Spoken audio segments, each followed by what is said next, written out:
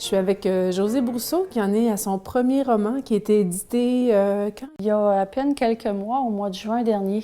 Tu as pris à peu près 4 ans pour sortir ton premier livre. Environ, oui, 4 ans, puisque j'écrivais puis j'étudiais en même temps. J'ai acheté des livres pour apprendre à écrire, puis ensuite j'ai acheté d'autres livres pour apprendre à éditer mon livre moi-même. OK. Celui-là, comment écrire son premier roman, c'est que c'est très détaillé, puis c'est un auteur qui l'a écrit justement selon ses expériences à lui. Puis à ce moment-là, il y a des petits trucs, il y a beaucoup d'exemples sur le vocabulaire, les tournures de phrases.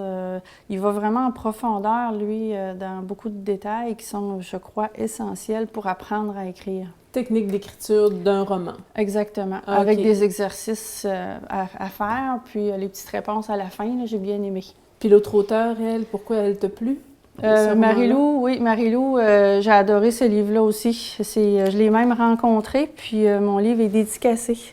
Donc, c'est Marie-Lou aussi, je l'ai rencontrée en personne, puis elle a pris le temps de lire un peu le début de mon livre, puis de me conseiller sur des petits trucs aussi, des techniques qui m'ont été très favorables, je crois, parce que dans un livre, tu vas apprendre des choses, mais c'est pas nécessairement... c'est sur le terrain, c'est à la lecture de futurs lecteurs que tu vas comprendre un peu là, qu'est-ce qui serait mieux à améliorer. Moi, j'ai écrit toutes sortes de choses qui n'étaient pas vraiment reliées à l'écriture comme telle d'un roman. Là. Bon, j'entretenais des sites Internet, je concevais des textes pour les sites web.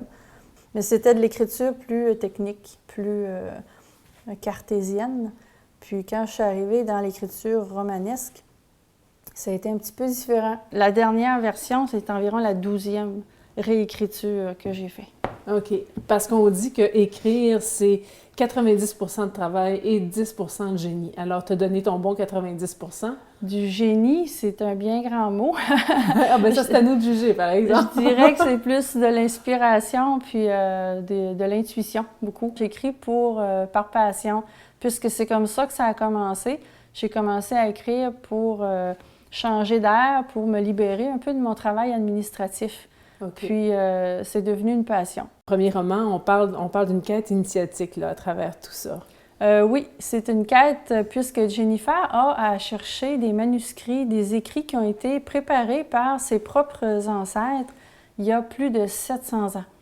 Puis, une fois qu'elle est mise sur la piste, sur un peu de force, hein, parce que là, ça vient un peu brasser sa petite routine quotidienne. Elle, c'est une jeune universitaire, son destin semblait tracé, linéaire, fade. Puis là, tout d'un coup, elle se retrouve avec une responsabilité qui risque de changer le destin de l'humanité. Alors, elle part des États-Unis et ça va l'amener en Gaspésie, parce que Oui. est-ce qu'en Gaspésie se cachent ses ancêtres? Exactement, Okay, oui. Elle a une grand-tante qui est en Gaspésie, puis elle hérite de la maison. On a pris 4 ans pour l'écrire. Dans ta dernière année, est-ce que tu as continué à envoyer des demandes à des éditeurs pour être publié? Non. Fait que c'est vraiment tes premières ébauches que tu as envoyées aux éditeurs, tu as essuyé des refus, alors tu as pris la décision, tu as fait des recherches sur le web, tu as fait des recherches dans d'autres livres aussi, comment t'éditer toi-même, et c'est ce que tu as fait. C'est quoi l'opération consiste en quoi exactement? C'est beaucoup de travail. La première version de Noraneus ne s'appelait même pas Noraneus, ça s'appelait La prophétie des ancêtres. Celle-là, elle a été refusée par 22 maisons d'édition. Puis, suite à cette expérience-là, j'ai pris les choses en main. Puis, c'est comme ça que je suis devenue plus autodidacte. J'ai ouvert ma maison d'édition qui s'appelle les éditions Plume et Encrier.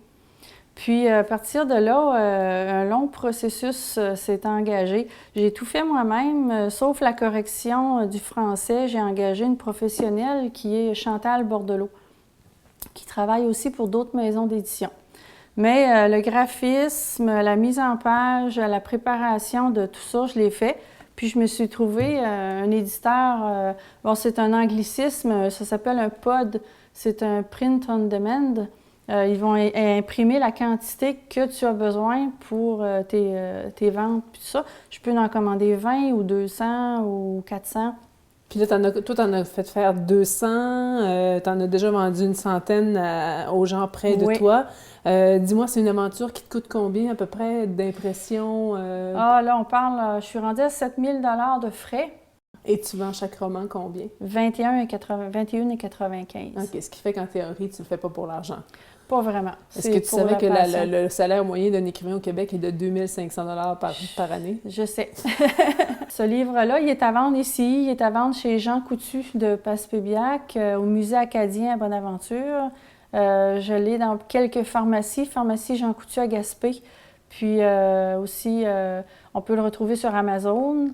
On peut le retrouver aussi en format numérique à peu près dans toutes les boutiques comme la FNAC, puis Indigo.